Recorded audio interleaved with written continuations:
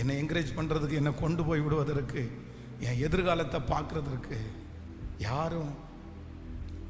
இப்போ ஆண்டவர் என்ன சொல்றார் அப்படின்னு சொன்னா, நீ இதை ஃபீல் பண்ணுனேன்னு சொல்லிதான், உனக்கு யாரும் இல்லைன்னு நீ நினைச்சதுனால தான், அத்தனை பேரையும் விட்டு நீ ஒருத்தன் தனியா இருக்கிறதுனால தான் எப்பவுமே என்னை கூப்பிடுற இடத்துக்கு நான் போயிருக்கேன், என்னை வருந்தி கூப்பிடுற இடத்துக்கு நான் போயிருக்கிறேன்.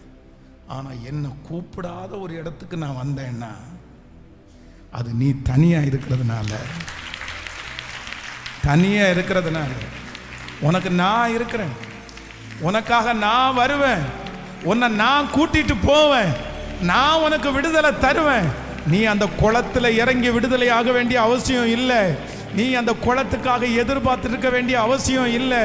அவங்க அத்தனை பேரும் அந்த குளத்தை எதிர்பார்த்துட்டு இருக்கும் போது உனக்கு விடுதலை அந்த மனுஷனால அல்ல, அந்த டாக்டரால அல்ல, அந்த பர்சனால அல்ல.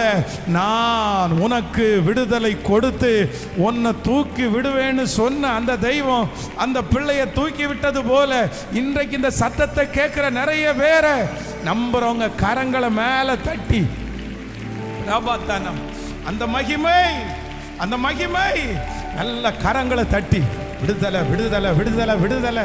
அந்த தனிமையான பிள்ளைகளுக்கு, யாரும் இல்லாத பிள்ளைகளுக்கு, உனக்கு பாஸ்டர் இல்லை, உனக்கு பாஸ்டர் அம்மா இல்லை, உனக்கு அம்மா இல்லை, உனக்கு அப்பா இல்லை, உனக்கு கணவன் இல்லை, மனைவி இல்லை. கர்த்தர் வாக்கு கொடுக்கிறார், பிள்ளைகள் இல்லை, நான் இருக்கிறேன், நான் இருக்கிறேன், நான் உனக்காக வருவேன். உன்னை கொண்டு போய் விடுவதற்கு யாரும் இல்லைன்னு நினைக்க வேண்டாம். கர்த்தர் சொல்லுகிறார், தாயின் கருவிலிருந்து உன்னை காப்பாற்றினது யார்? இதுவரையிலும் உன்னை கொண்டு வந்தது யார்?